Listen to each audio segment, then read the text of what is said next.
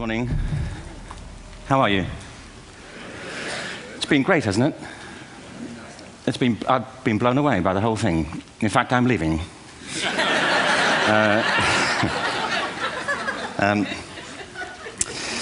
There have been three themes, haven't there, running through the conference, which are relevant to what I want to talk about. One is the extraordinary evidence of human creativity in all of the presentations that we've had and in all the people here. Just the variety of it and the range of it. The second is that it's put us in a place where we have no idea what's going to happen in terms of the future. No idea how this may play out. I have an interest in education. Actually, what I find is everybody has an interest in education. Don't you? I find this very interesting. If you're at a dinner party and you say you work in education, actually, you're not often at dinner parties, frankly, if you work in education. You're not asked, you know, and you're never asked back, curiously. That's I think that strikes me. But if you are, and you say to somebody, they say, what do you do? And you say, you work in education, you can see the blood run from their face. They think, oh my God, you know, why me? It's my one night out all week. But if you ask people about their education, they pin you to the wall. Because it's one of those things that goes deep with people. Am I right? Like religion and money and other things. So I have a big interest in education, and I think we all do. We have a huge vested interest in it, partly because it's education that's meant to take us into this future that we can't grasp. If you think of it, children starting school this year will be retiring in 2065. Nobody has a clue, despite all the expertise that's been on parade for the past 4 days, what the world will look like in 5 years' time. And yet we're meant to be educating them for it. So the unpredictability, I think, is extraordinary. And the third part of this is that we've all agreed, nonetheless, on the really extraordinary capacities that children have, their capacities for innovation. I mean, Serena last night was a marvel, wasn't she? Just seeing what she could do. And she's exceptional, but I think she's not, so to speak, exceptional in the whole of childhood. What you have there is a person of extraordinary dedication who found a talent. And my contention is all kids have tremendous talents, and we squander them pretty ruthlessly. So I want to talk about education, and I want to talk about creativity. My contention is that creativity now is as important in education as literacy, and we should treat it with the same status. Thank you.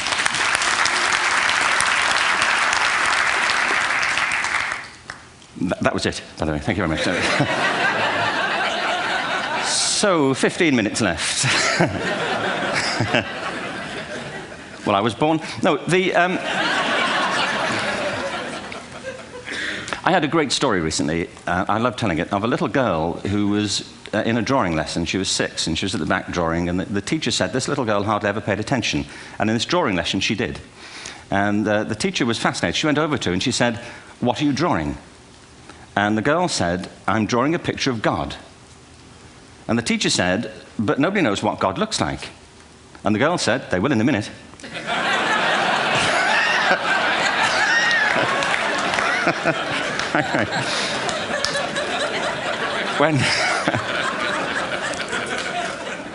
When my son was 4 in England, actually he was 4 everywhere, to be honest. I mean, if we're being strict about it, wherever he went, he was 4 that year. But he was in the Nativity play. Do you remember the story? No, it was big. It was a big story. Mel Gibson did the sequel. You may have seen it. I don't know. It was Nativity 2. But James got the part of Joseph, which we were thrilled about. We consider this to be one of the lead parts. We had the place crammed full of agents and T-shirts, you know. James Robinson is Joseph. He didn't have to speak, but do you know the bit where the 3 kings come in? They come in bearing gifts, and they bring gold, frankincense, and myrrh. This really happened. We're sitting there, and they, I think, just went out of sequence. Because we talked to the little boy afterwards and said, you know, are you okay with that? And they said, yeah, why was that wrong? They just switched. I think that was it. Anyway, the 3 boys came in, little 4-year-olds with tea towels on their heads, and they put these boxes down. The first boy said, I bring you gold. And the second boy said, I bring you myrrh. And the third boy said, Frank sent this.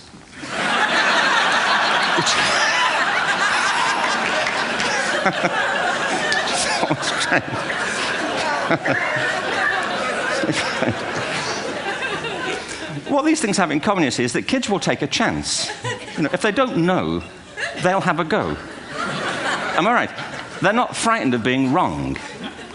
Now, I don't mean to say that being wrong is the same thing as being creative. What we do know is, if you're not prepared to be wrong, you'll never come up with anything original.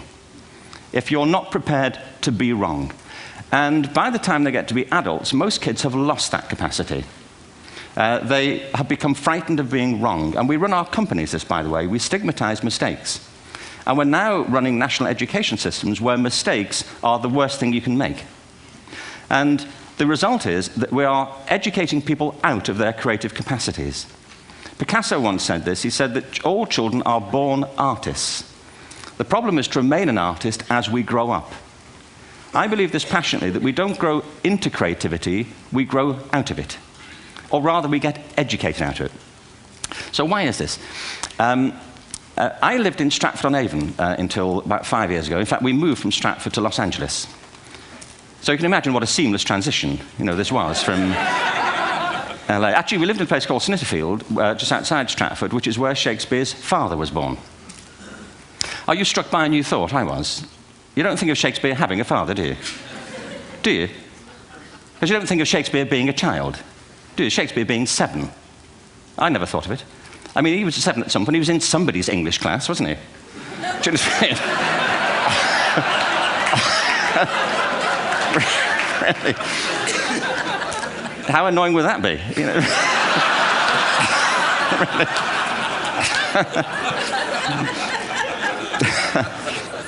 Must try harder. Being sent to bed by his dad to Shakespeare. Go to bed now, to William Shakespeare, and put the pencil down, and stop speaking like that. It's confusing everybody.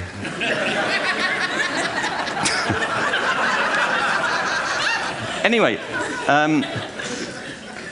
we moved from Stratford to Los Angeles, and I just want to say a word about the transition. Actually, my son didn't want to come. I've got 2 kids. He's 21 now, and my daughter's 16. He didn't want to come to Los Angeles. He loved it, but he had a girlfriend in England. This was the love of his life, Sarah. He'd known her for a month. Mind you, they'd had their 4th anniversary by then, because it's a long time when you're 16. Anyway, he was really upset on the plane. He said, "I'll never find another girl like Sarah." And we were rather pleased about that, frankly, because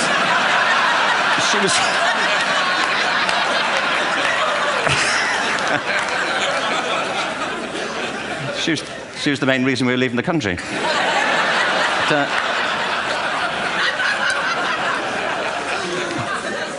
But something strikes you when you move to America and when you travel around the world. Every education system on Earth has the same hierarchy of subjects.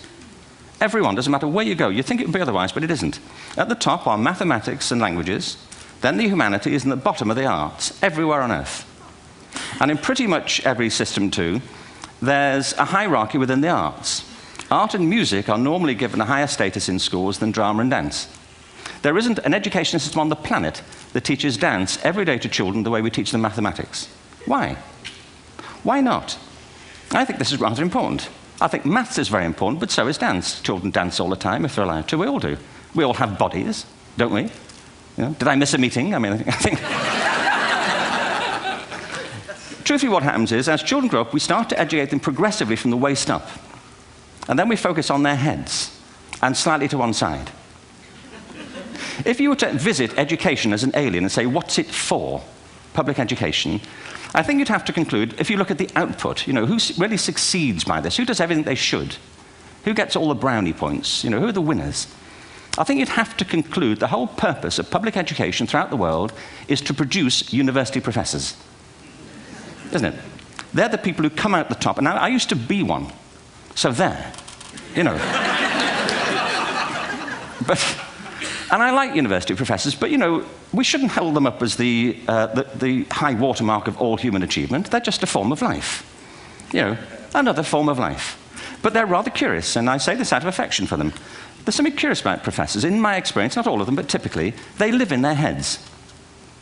They live up there, and slightly to one side. They're disembodied, in a kind of literal way. They look upon their body as a form of transport for their heads. It's... Don't they? It's a way of getting their head to meetings.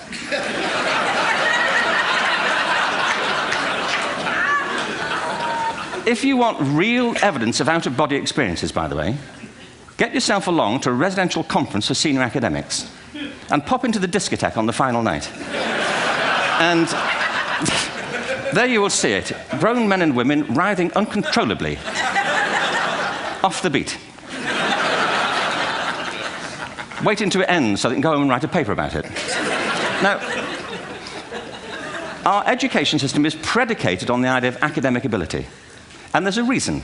The whole system was invented around the world. There were no public systems of education really before the 19th century. They all came into being to meet the needs of industrialism. So the hierarchy is rooted on two ideas. Number one, that the most useful subjects for work are at the top. So you were probably steered benignly away from things at school when you were a kid, things you liked, on the grounds you would never get a job doing that. Is that right? Don't do music, you're not going to be a musician. Don't do art, you won't be an artist. Benign advice, now profoundly mistaken. The whole world is engulfed in a revolution. And the second is academic ability, which has really come to dominate our view of intelligence because the universities designed the system in their image. If you think of it, the whole system of public education around the world is a protracted process of university entrance. And the consequence is that many highly talented, brilliant, creative people think they're not, because the thing they were good at school wasn't valued or was actually stigmatized. And I think we can't afford to go on that way. In the next 30 years, according to UNESCO, more people worldwide will be graduating through education than since the beginning of history.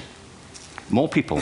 And it's the combination of all the things we've talked about, technology and its transformational effect on work, and demography and the huge explosion in population. Suddenly, degrees aren't worth anything. Isn't that true? When I was a student, if you had a degree, you had a job. If you didn't have a job, it's because you didn't want one. And I didn't want one, frankly. So, but now, kids with degrees are often heading home to carry on playing video games because you need an MA, where the previous job required a BA, and now you need a PhD for the other. It's a process of academic inflation, and it indicates the whole structure of education is shifting beneath our feet. We need to radically rethink our view of intelligence. We know three things about intelligence. One, it's diverse. We think about the world in all the ways that we experience it. We think visually, we think in sound, we think kinesthetically, we think in abstract terms, we think in movement. Secondly, intelligence is dynamic. If you look at the interactions of a human brain, as we heard yesterday from a number of presentations, intelligence is wonderfully interactive. The brain isn't divided into compartments. In fact, creativity, which I define as the process of having original ideas that have value, more often than not, comes about through the interaction of different disciplinary ways of seeing things. The brain is intentionally, by the way, there's a shaft of nerves that joins the two halves of the brain called the corpus callosum. It's thicker in women. Following on from Helen yesterday, I think this is probably why women are better at multitasking. Because you are. Aren't you? There's a raft of research, but I know it from my personal life. If my wife is cooking a meal at home, which is not often, thankfully, but if she's doing... No, she's good at some things. But if she's cooking, she's dealing with people on the phone, she's talking to the kids, she's painting the ceiling, she's doing open heart surgery over here. If I'm cooking, the door is shut, the kids are out, the phone's on the hook. If she comes in, I get annoyed. I say, Terry, please, I'm trying to fry an egg in here.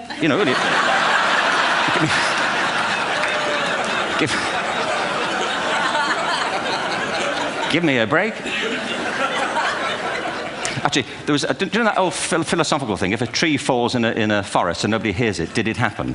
Remember that old chestnut?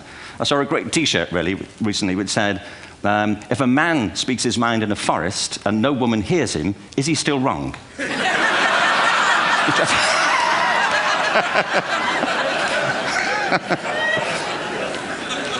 And the third thing about intelligence is it's distinct. I'm doing a new book at the moment called Epiphany, which is based on a series of interviews with people about how they discovered their talent. I'm fascinated by how people got to be there. It's really prompted by a conversation I had with a wonderful woman who most people have never heard of. She's called Gillian Lynn. Have you heard of her? Some have. She's a choreographer, and everybody knows her work. She did Cats. and Phantom of the Opera. She's wonderful. I used to be on the board of the Royal Ballet in England, as you can see. And anyway, Jill and I had lunch one day. I said, how'd you get to be a dancer? And she said it was interesting. When she was at school, she was really hopeless. And the school in the 30s wrote to her parents and said, we think Gillian has a learning disorder.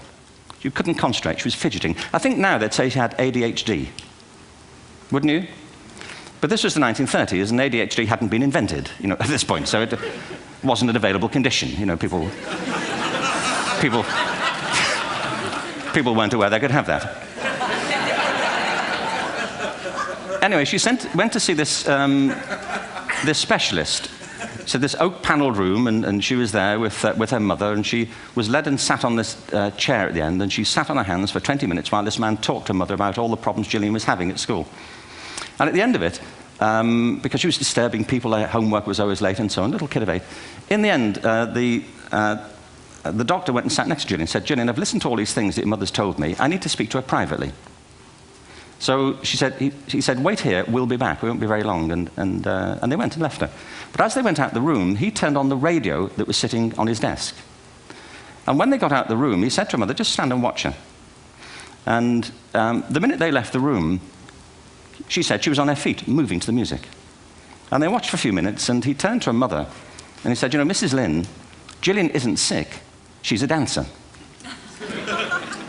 Take her to a dance school. I said, what happened? He said, she did. I can't tell you how wonderful it was. We walked in this room, and it was full of people like me. People who couldn't sit still. People who had to move to think. Who had to move to think. They did ballet, they did tap, they did jazz, they did modern, they did contemporary. She was eventually auditioned for the Royal Ballet School. She became a soloist. She had a wonderful career at the Royal Ballet. She eventually graduated from the Royal Ballet School, found her own company, the Gillian Dance Company, met Andrew Lloyd Webber. She's been responsible for some of the most successful musical theatre productions in history. She's given pleasure to millions, and she's a multi-millionaire. Somebody else might have put her on medication and told her to calm down. Now, I think...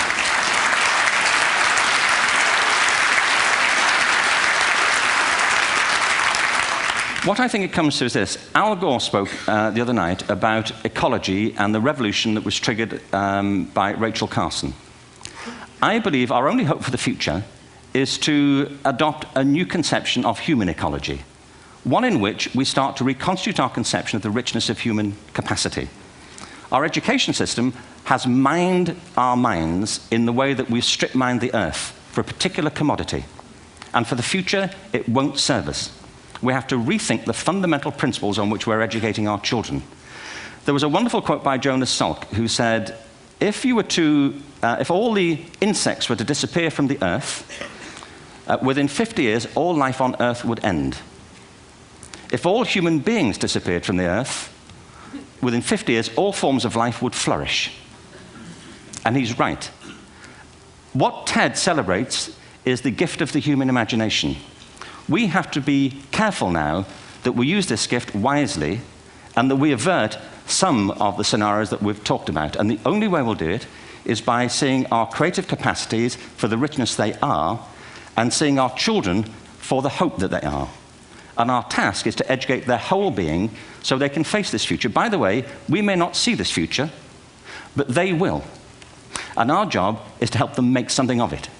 Thank you very much. Bravo. Here, here.